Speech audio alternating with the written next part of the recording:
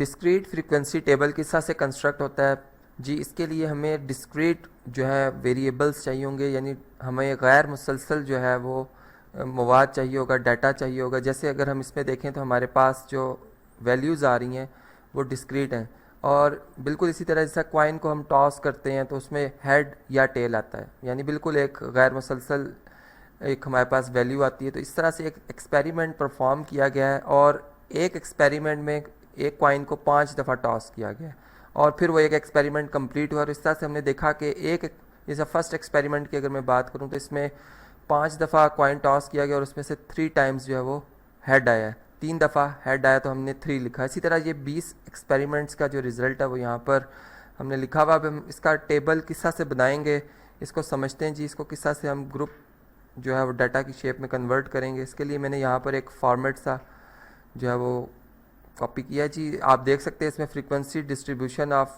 Number of heads हमने यहाँ पे शो कर दिया जी। हेड्स को सिर्फ रिप्रेजेंट कर रहे हैं, और अब वेरिएबल चूँकि इस डिस्क्रीट है, इसमें कंटिन्यूटी नहीं है, मुसलसल डाटा नहीं है, तो यहाँ पर 1 फिर 2 यानी 2 दफ़ा हेड आए। कितनी दफ़ा कितने एक्सपेरिमेंट्स हैं जिसमें जी 2 दफ़ा हेड आया, तो हमने वो यहाँ पर तादाद लिखनी है। इसी तरह 3 टाइम्स और 4 और 5, चूँकि मैक्सिमम 5 टाइम कॉइन टॉस हुआ तो हमने 5 लिखा। अगर 10 टाइम्स होता तो फिर हम यही वैल्यूज़ 10 तक ले आते।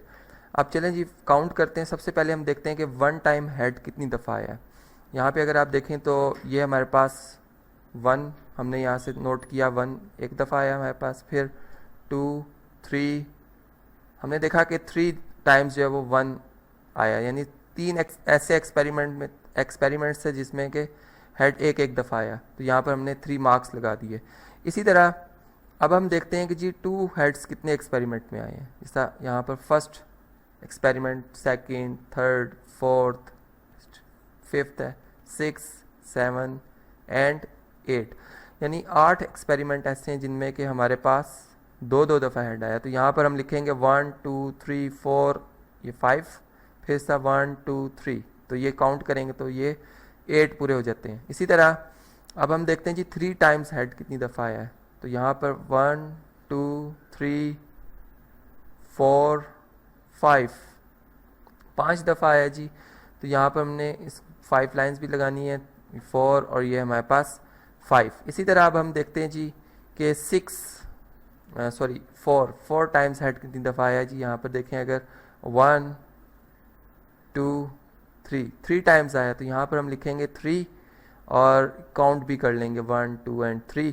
और इसी तरह लास्ट में अब हम देखते हैं जी हमारे पास जो 5 टाइम्स हेड कितनी दफ़ा आया जी, एक ही दफ़ा आया है, तो यहाँ पर हम 1 लिख देंगे। अब हम इसको चेक करेंगे जी क्या हमने ये तमाम वैल्यूज़ सही काउंट किए हैं। एक रफ सा टोटल करते हैं इनका। देखें जी यहाँ पर 3 और 8 11 हो जाएंगे, और 5 16 और 3 19 और 1 20, यानी एक हमारी चेकिंग होगी, रीचेकिंग होगी। हमने देखा कि वाकई 20 टाइम्स हमने टॉस किया था और ये 20 ही बनी इनकी काउंटिंग। तो ये था जी डिस्क्रीट फ्रीक्वेंसी टेबल जिसको हमने कंस्ट्रक्ट करना सीखा।